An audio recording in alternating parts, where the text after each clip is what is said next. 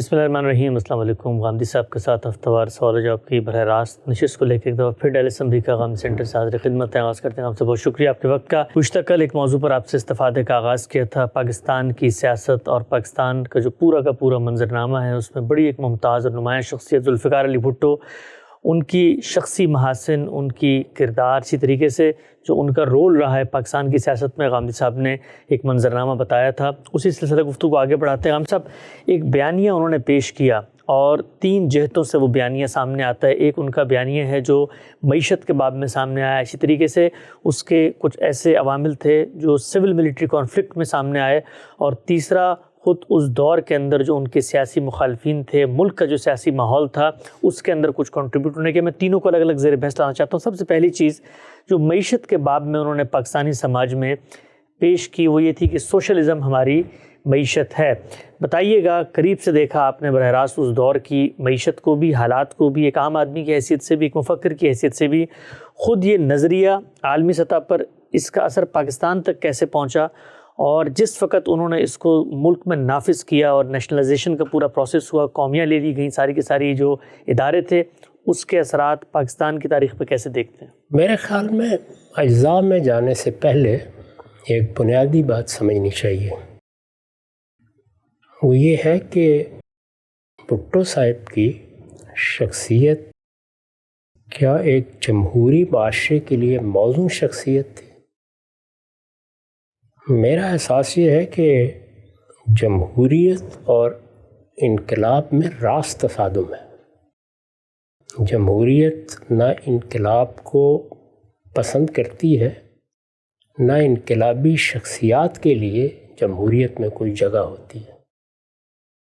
بھٹو صاحب اپنی شخصیت کے لحاظ سے بھی، اپنے پس منظر کے لحاظ سے بھی، اور اس وقت کا ماحول جس طرح کی شخصیات پیدا کر رہا تھا اس کے لحاظ سے بھی ایک انقلابی شخصیت تھے۔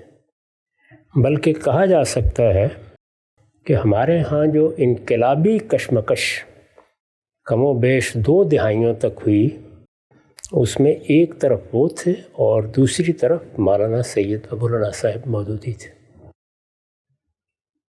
ایک کا زاویہ نظر یہ تھا کہ اسلام اپنی ذات میں ایک مکمل نظام ہے، وہ دینی رہنمائی تو کرتا ہے، اس کا لازمی نتیجہ یہ ہوگا کہ اگر اس رہنمائی کو قبول کیا جائے تو آخرت میں کامیابی ہوگی۔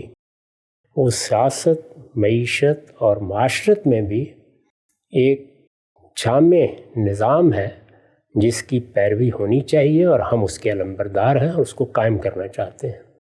تو یہ دعوت بھی اپنی ذات میں ایک انقلابی دعوت ہے، یعنی دنیا آپ کے سامنے کسی خالی تشریح میں تو نہیں پڑی ہوئی، وہ پہلے سے اپنی کچھ روایات رکھتی ہے، اپنی ایک معیشت رکھتی ہے، اپنا ایک تاریخی پس منظر رکھتی ہے، اس میں لوگوں کے نظریات، افکار، خیالات سب ہوں گے۔ اس میں آپ یہ کہتے ہیں کہ میں اسلام کو لے کر آ گیا ہوں اور اسلام کو میں ایک مکمل نظام کی حیثیت سے اس سوسائٹی میں نافذ کرنا چاہتا ہوں، جس کو انہوں نے 3 تعبیریں دیں۔ یعنی یہ دیکھا ہوگا آپ نے کہ زمانے میں عام نعرہ لگایا جاتا تھا، انقلاب انقلاب، اسلامی انقلاب، اسی طرح سبز انقلاب، یہ تعبیر بھی اسے دی جاتی تھی، اور اسی طرح سے نظام اسلامی، نفاذ شریعت اور تعبیریں بھی رائج رہیں۔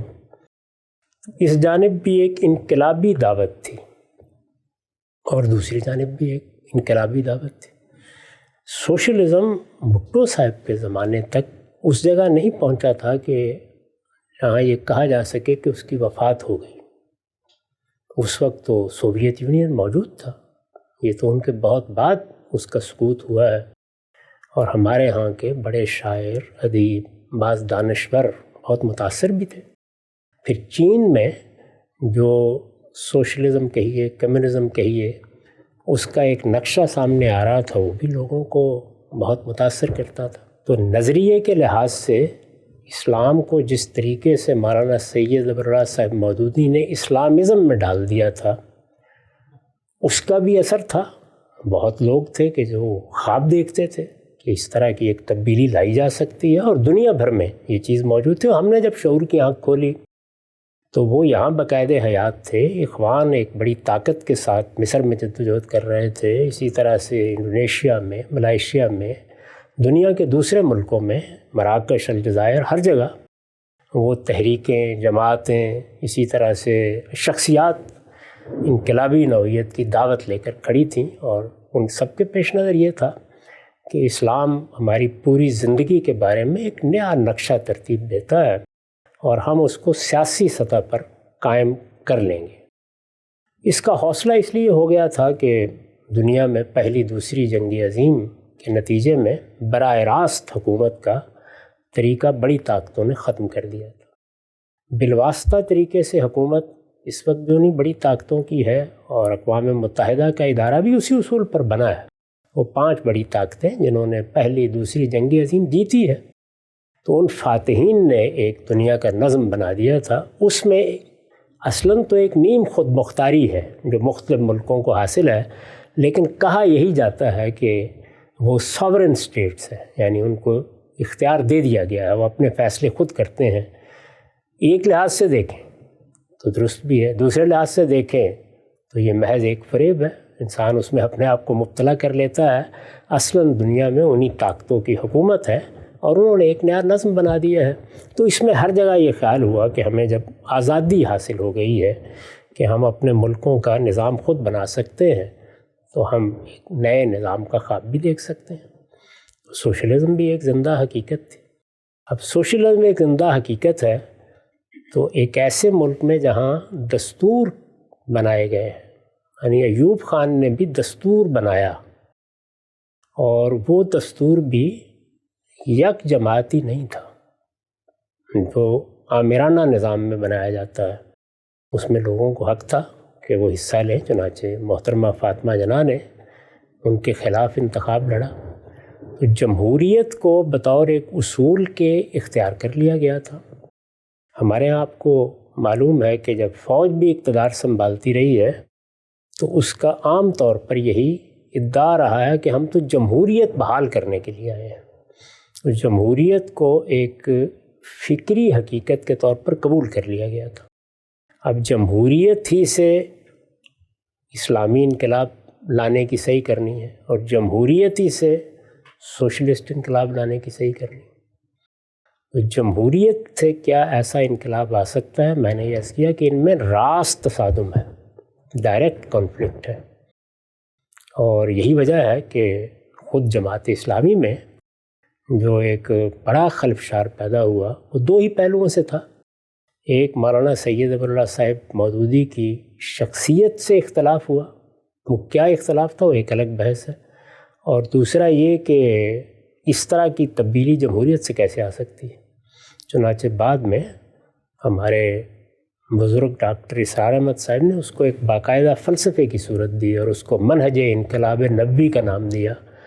اور اگر ایک لفظ میں ان کا اور مولانا سید ظفر اللہ صاحب مودودی کا اختلاف بیان کیا جائے تو وہ یہی تھا کہ یہ کیسے ہو سکتا ہے کہ اس طرح کا انقلاب جمہوریت کے ذریعے سے آ جائے، یا جمہوریت کے ذریعے سے آ جائے اور پھر اسے قائم رکھا جا سکے۔ نہ پہلی بات ممکن ہے، نہ دوسری بات ممکن ہے۔ یہ 100% درست بات تھی، یعنی اس میں کوئی غلطی نہیں ہے۔ یہی معاملہ سوشلزم کا۔ اب بھی بہت سے لوگ یہ کہتے ہیں کہ ہم سوشلزم کے داعی ہیں، وہی انسانیت کے مسائل کا حل ہے، لیکن وہ جمہوریت سے آنا چاہیے، کیونکہ دنیا میں غیر جمہوری طریقوں کے بیان کی گنجائش نہیں رہی۔ یہ صورتحال ہے۔ تو اس لیے یہ انقلابی شخصیات ہیں دونوں۔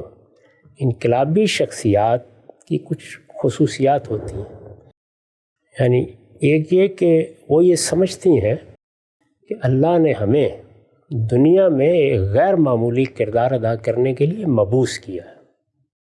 یعنی یہ تو نہیں کہ وہ اپنے آپ کو پیغمبر سمجھ رہے ہوتے ہیں، لیکن ایک درجے میں اپنے آپ کو یہی حیثیت دیتے ہیں۔ اس طرح کی شخصیات کا معاملہ یہ ہوتا ہے، کیونکہ بڑے لوگ ہوتے ہیں، خیال کرتے ہیں کہ ہم نے نئے حقائق دریافت کر لیے ہیں۔ شخصیت میں ایسا کرزمہ ہوتا ہے کہ وہ یہ سمجھتے ہیں کہ ہم یہاں بات کریں گے تو لوگ ہماری بات پر ٹوٹ پڑیں گے، وہ اپنا سب کچھ نثار کرنے کے لیے تیار ہو جائیں گے، اور ہو جاتا ہے۔ یعنی یہ صورتحال پیدا ہوتی ہے۔ اگر آپ کبھی ہٹلر کی مسولینی کی تاریخ پڑھیں تو وہاں یہ ہوا، بہت بڑی تعداد میں لوگ اپنی امیدوں کا مرکز بنا لیتے ہیں، تو ان شخصیات میں یہ چیز ہوتی ہے، خصوصیت ہوتی ہے۔ اچھا، پھر اس طرح کے کسی معاملے میں انسان اپنی جب زندگی کو دیکھتا ہے، اسے معلوم ہے نا کہ مجھے ہمیشہ تو نہیں رہنا، تو ایک سرعت اور جلد بازی یہ لازمی حصہ ہوتی ہے، یعنی وہ چاہتے ہیں کہ اب موقع کو ضائع نہیں ہونا چاہیے، اگر ہمیں ملتا ہے تو پھر ہمیں آگے بڑھ کے باغ سنبھال لینی چاہیے، اور جس وقت وہ باغ سنبھال لیتے ہیں تو ان کے ذہن میں یہ تصور بھی نہیں ہوتا کہ اب انہیں جانا ہے۔ ان کا احساس یہ ہوتا ہے کہ آخری درجے میں ہم نے پردہ اٹھا دیا ہے حقائق سے، اب قوم کو ہر حال میں ہمیں وہ موقع دینا چاہیے کہ ہم اپنے خوابوں کا انقلاب لا کے دکھا دیں۔ تینوں چیزیں ہوتی ہیں۔ اسی کا نتیجہ یہ نکلتا ہے کہ ایک خاص طرح کی آمریت، ایک خاص طرح کا فاشسٹ مزاج ظہور پذیر ہونا شروع ہو جاتا ہے۔ ان کے لیے یہ ممکن نہیں ہوتا کہ وہ اپنے مخالفین کو برابر کی سطح پہ برداشت کریں۔ مولانا سید ابو اللہ صاحب مودودی کی ایک تقریر ہے جو انہوں نے ماشی گوٹ میں رات کے وقت کی ہے، وہ اب شائع ہو چکی ہے۔ اس میں وہ کہتے ہیں کہ اس بڑے انقلاب کو لانے کے لیے جو میرے ساتھ بڑی شخصیات آ گئی ہیں، انہیں فیصلہ کر لینا چاہیے کہ ان کو اب رجل ثانی بن کر رہنا ہے۔ جی اچھا، اس کا ایک ناگزیر نتیجہ ہوتا ہے۔ اس لیے وہاں پر بھی جو بڑا تصادم ہوا وہ اصل میں جمہوری اقدار میں اور ایک انقلابی شخصیت کے اس مطالبے میں ہوا۔ تو انقلابی شخصیات ایسا ہی مطالبہ کرتی ہیں۔ تو یہ جتنے بعد کے واقعات ہیں یا جو چیزیں آپ دیکھ رہے ہیں وہ سب اصل میں میرے نزدیک اس اصول سے ٹوٹی ہوئی ہیں، یعنی جمہوریت اور انقلابی شخصیات میں یا انقلاب میں راست تصادم ہے، وہ ہمارے ملک میں ہوا، عملاً ہو گیا۔ یعنی مولانا سید ابو اللہ صاحب مودودی کو تو اقتدار ملا نہیں اور وہ دنیا سے رخصت ہو گئے، لیکن بھٹو صاحب کو اقتدار ملا۔ اقتدار کو حاصل کرنے کے بارے میں بھی دیکھیے، انہیں وہی کرنا پڑا، یعنی انتخابات ہوئے، انتخابات کا نتیجہ یہ نہیں نکلا کہ ان کو اکثریت حاصل ہو گئی۔ مشرقی پاکستان میں بہت بڑی تعداد میں مجیب الرحمن کامیاب ہو گئے۔ تو اب جمہوریت یہ تقاضا کرتی ہے کہ جو شخص کامیاب ہو گیا آپ اس کو اقتدار دے دیں اور پھر اپوزیشن میں بیٹھ کر انتظار کریں۔ جمہوریت اپنی ذات میں اس طرح کے انقلابی نظریات کا نظم ہی نہیں ہے، یعنی وہ تو تدریجی طریقے سے تبدیلیوں کا سفر طے کرتا ہے، اس میں سفر کے منازل متعین کر لیے جاتے ہیں اور قومیں اس کو طے کرتی رہتی ہیں۔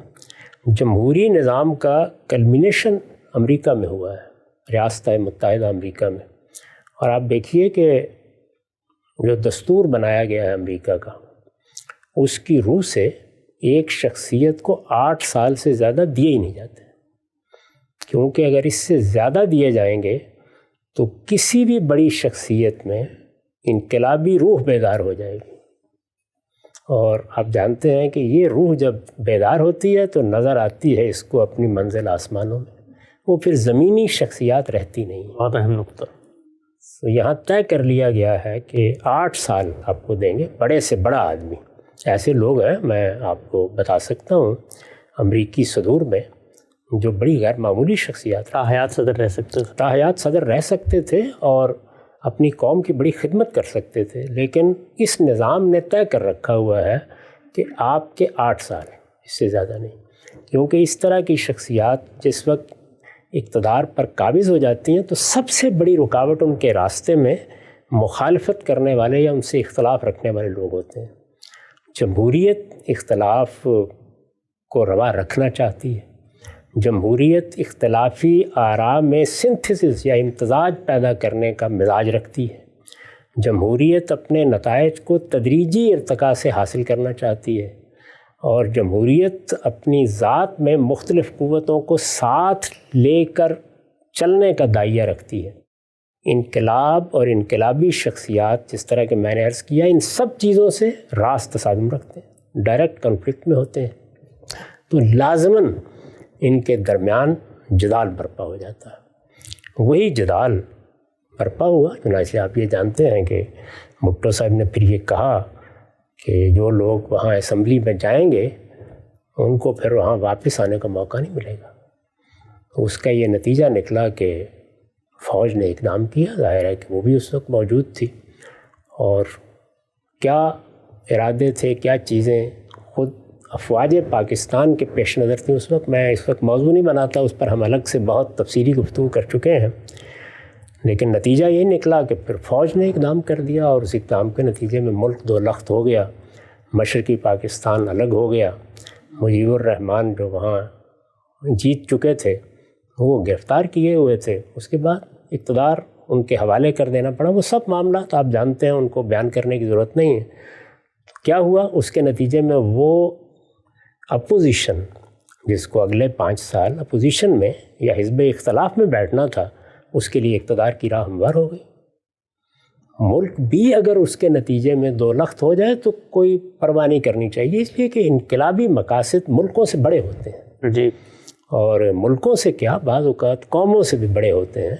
اسی طرح کے لوگ ہیں جو دنیا کو فتح کرنے کے لیے نکلتے رہے ہیں. بڑی شخصیات ہوتی ہیں، یعنی اندر سے اور اپنے مقاصد کے لحاظ سے معمولی شخصیات نہیں ہوتی. تو اسی طرح کی شخصیت تھے ذوالفقار علی بھٹو صاحب. چنانچہ انہیں اقتدار مل گیا. اقتدار مل جانے کے بعد اب ان کی شخصیت کے لحاظ سے موزوں نظام اگر کوئی ہو سکتا تھا تو وہ یک جماعتی آمریت تھی، جو مثلا چین میں قائم ہے یا بعض اور ملکوں میں بھی اس کے راستے نکالے گئے. جیسے مصر میں جمال عبد الناصر کی حکومت قائم رہی، اور جگہوں پر بھی ہے. ہمارے ہاں جمہوریت، دستور، اس میں پھر 5 سال کی مدت، یہ تو کسی انقلاب کے لیے انتہائی ناکافی مدت ہے. اس وقت آپ دیکھیے نا، ہمارے ہاں انتخابات ہونے والے ہیں، تو اگر تو ایسی جماعتیں میدان میں ہیں جو موجودہ ریاستی اسٹرکچر کے اندر وہ چیزیں حاصل کرنا چاہتی ہیں جو جمہوری نظام میں ممکن الحصول ہے، جیسے معیشت بہتر ہو جائے، انفراسٹرکچر ذرا اچھا بن جائے، ہمارے ریاستی اداروں میں ہم آہنگی پیدا ہو جائے، زیادہ سے زیادہ آگے بڑھ کے کہیے کہ بھارت کے ساتھ تعلقات ٹھیک ہو جائیں، طالبان کے ساتھ کچھ معاملات ایسی صورت اختیار کر لیں کہ وہاں سے جو طاقت ہو رہی ہے اس کو روکا جا سکے. یہ سارے مقاصد 5 سال کے عرصے میں حاصل کیے جا سکتے ہیں. یہ ممکن الحصول مقاصد ہیں. ان میں اگر کوئی غیر معمولی مداخلت نہ ہو تو سیاستدان آسانی سے ان چیزوں کو حاصل کر لیتے ہیں، وہ حاصل کر کے دکھا سکتے ہیں آپ کو. لیکن اگر کوئی انقلابی لیڈر ہے، انقلابی رہنما ہے، تو وہ اس پہ اکتفا نہیں کرے گا، وہ دنیا کو بدل دینا چاہے گا. اس کا نعرہ وہی ہوتا ہے کہ بیع کے گردشے، تو دنیا بھر کو بدل دینا، توڑ دینا، ایک نیا نظام پیدا کر دینا، نئی دنیا بنا لینا، ایک تبدیلی کا نقیب بن کے کھڑے ہو جانا. تو گردش آسماں بگردانی، وہ تو اسی کی دعوت دیتے ہیں. تو بھٹو صاحب کی شخصیت بھی ایسی تھی. اس لیے باقی چیزوں کو آپ اس سے متعلق کر کے سمجھیں، یعنی جو اقدامات انہوں نے اپوزیشن کے ساتھ کیے، جس طرح کا معاملہ انتخابات میں ہوا، جس طرح کی توقعات لوگوں نے ان سے وابستہ کی، جیسے وہ اپنے ساتھیوں کے ساتھ بعد میں معاملہ کرنے پہ مجبور ہوئے، تو یہ سارے اس ایک شخصیت کے لوازم ہیں. اس کے سوا ہو ہی کچھ نہیں سکتا. جمہوری روایات کے اندر یا تو وہی ہوگا جو امریکہ نے کیا ہے کہ بڑے سے بڑے آدمی کو بھی آپ نے باندھ دیا ہے، 8 سال ہیں، ان میں جو کرنا ہے کر لو، اور تم کوئی دوسرا راستہ اختیار نہیں کر سکتے. اور جمہوری روایات، قانون، ضابطے اتنے محکم کر دیے گئے ہیں کہ ان سے ٹکرانے کی ہمت کرنا آسان نہیں ہے. اور یا پھر یہ ہے کہ ہمارے جیسے ملکوں میں جہاں یہ ساری چیزیں سیال صورت میں ہیں، یعنی یہ ابھی محکم نہیں ہوئیں، وہاں تو اس طرح کی شخصیت پیدا ہو جائے گی تو درہم برہم کر کے رکھ دے گی ہر چیز کو. صاحب بہت ہی خوبصورت، بڑی عمیق تجزیہ. پہلی دفعہ اس طرح کی گہری بصیرت پر مبنی سیاسی شخصیت کا کوئی تبصرہ میں نے زندگی میں سنا ہے. ایک چیز اور بتائیے گا مجھے کہ خود تو وہ مغربی درسگاہوں میں پڑھے، اس دور میں خود ان کے مطلب والد صاحب جو ہیں وہ استعمار یہاں پر تھا، زمینیں ان کے پاس، ایک وڈیرانہ پس منظر. یہ سوشلزم کا جو بیج ہے یہ کیسے آ گیا؟ یعنی اس دور میں اس طرح کی شخصیات کے لیے سر آپ نے فرمایا کہ یہ جو سوشلزم کا نظام ہے یہ منتج ہوتا ہے ایک منظم ماموریت کی صورت میں، تو اب ایک شخصیت انقلابی ہے، اس کی ضرورت ہے سوشلزم، یا کوئی اندر سے داعیہ اٹھا ہے کہ نہیں سوشلزم ہی اصل میں حقیقی بازیافت ہے انسانیت کی، لہٰذا اس کی طرف جانا چاہیے؟ یہ پیدا کیسے ہو گیا سوشلزم؟ انقلابی شخصیت کس طرح کی ہے؟ انقلابی شخصیت اگر تو لٹھ مارنے والی ہے تو پھر تو فوج بنائے گی اور نکل کھڑی ہوگی۔ اگر وہ دانشور شخصیت ہے، بھٹو صاحب ایسی شخصیت تھے، جیسے مولانا سید ابواللہ صاحب مودودی تھے، تو آپ دیکھیے کہ دونوں کے دونوں ایک دانشورانہ خواب دیکھ رہے ہیں۔ تو اس وقت تو دو ہی چیزیں تھیں جو ساری دنیا میں متاثر کرتی تھی لوگوں کو، یعنی یا یہ بات متاثر کرتی تھی کہ اسلام اور اسلام کی معیشت، سیاست، معاشرت یہ دنیا میں کوئی بڑی تبدیلی پیدا کر دے گی، اور یا سوشلزم۔ تو مقابل میں تو سرمایہ دارانہ جمہوریت ہی تھی، لیکن اس میں مسئلہ یہ تھا کہ سرمایہ دارانہ جمہوریت میں سرمایہ دارانہ نظم کو تو یہ دانشور قبول کرنے کے لیے تیار نہیں تھے، اور بالعموم انقلابی لوگ قبول بھی کہاں کرتے ہیں، اس لیے کہ سرمایہ دارانہ نظم ایک اور طرح کا استحکام پیدا کرتا ہے، اس میں انقلاب نہیں لائے جا سکتے۔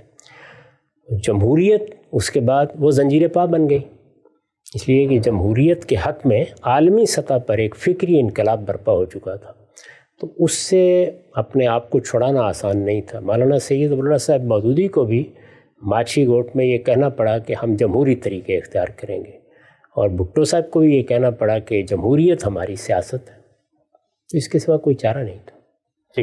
لیکن جمہوریت اور انقلاب، میں نے پھر عرض کیا، ان میں راست تصادم ہے۔ جب بھی کبھی یہ ہوگا تو اس کا آخری نتیجہ یہی ہوگا کہ اس طرح کی شخصیات کو پھر جیلوں میں ڈالنا پڑے گا، جلا وطن کرنا پڑے گا، ملک سے نکالنا پڑے گا، یا موت کے گھاٹ اتار دینا پڑے گا۔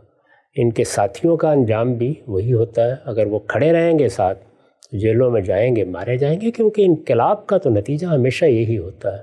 یہ جمہوریت ہے جس میں پرامن طریقے سے تدریجی نوعیت کی آہستہ آہستہ تبدیلیاں آتی رہتی ہیں، تو اس طرح کی شخصیات اسے قبول نہیں کرتی۔ واضح ہو گیا غام صاحب، بہت ہی اہم تجزیہ غام صاحب نے کی ہے۔ اسی کی روشنی میں وہ تینوں پہلو آگے زیر بحث لائیں گے اور دیکھیں گے کہ پاکستان کو اس سے کس قدر نقصان ہوا، یا پاکستانی سماج، پاکستانی سیاست میں اس کا کنٹریبیوشن بھی ہے۔ وقت یہاں پہ ختم ہوتا ہے، دوبارہ حاضر خدمت ہوں گے، اب تک آپ کو بہت شکریہ۔